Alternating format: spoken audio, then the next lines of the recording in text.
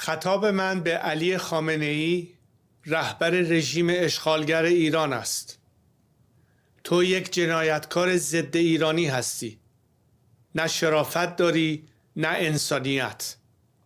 دستانت به خون 10,000 ایرانی آغشته است.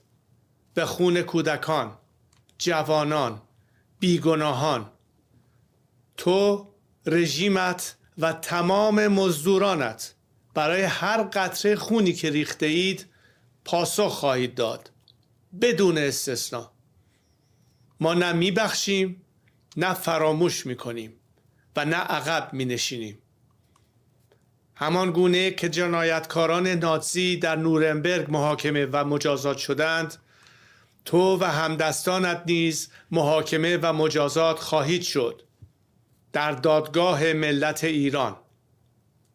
پایان تو رسوایی است، ننگ ابدی. هیچ جنایتی بی پاسخ نمی ماند. نام تو ثبت شده است، نام تمام آمران، عاملان و همدستانت. راه فراری نیست، جایی برای پنهان شدن نخواهید داشت. قاتلان مردم ایران هیچ مسئولیتی نخواهند داشت.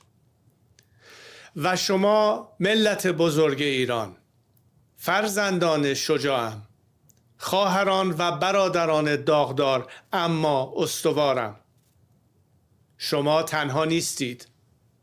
ایستادگی شما تاریخ را تغییر داده است.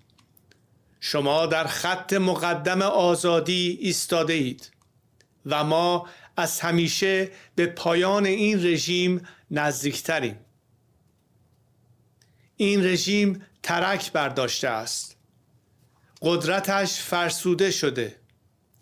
سقوطش آغاز شده است. به خودتان ایمان داشته باشید. به اتحادتان، به شجاعتتان، به بزرگیتان. این رژیم دیگر نمیتواند ملت بیدار و برخاسته ما را خاموش کند. نمیتواند ترس را بر ایران حاکم کند. این رژیم از شما و قدرتتان میترسد. ما اجازه نمیدهیم اندوهمان به ناامیدی تبدیل شود. هم میهنانم، سوگ از دست دادن بهترین فرزندان ایران سنگین است. اما ما این سوگ را به خشم آگاهانه و اراده شکست ناپذیر علیه خامنه‌ای و همه عاملان داخلی و خارجیش تبدیل می کنیم. آماده باشید. لحظه بازگشت به خیابان فرا خواهد رسید. گسترده تر، قدرتمندتر، مصممتر از همیشه. برای فتح تهران، برای بازپسگیری ایران، ادامه این نبرد تا پیروزی نهایی، نه فقط یک وظیفه ملی که عهدی است با جانباختگان راه آزادی و خون پاکشان. نامشان فراموش نخواهد شد، نه در تاریخ، نه در حافظه ملی، نه در قلب ما. آن روز دور نیست، روزی که با هم جشن بازپسگیری ایران را میگیریم و با سربلندی میگوییم ایستادیم، جنگیدیم و پیروز شدیم.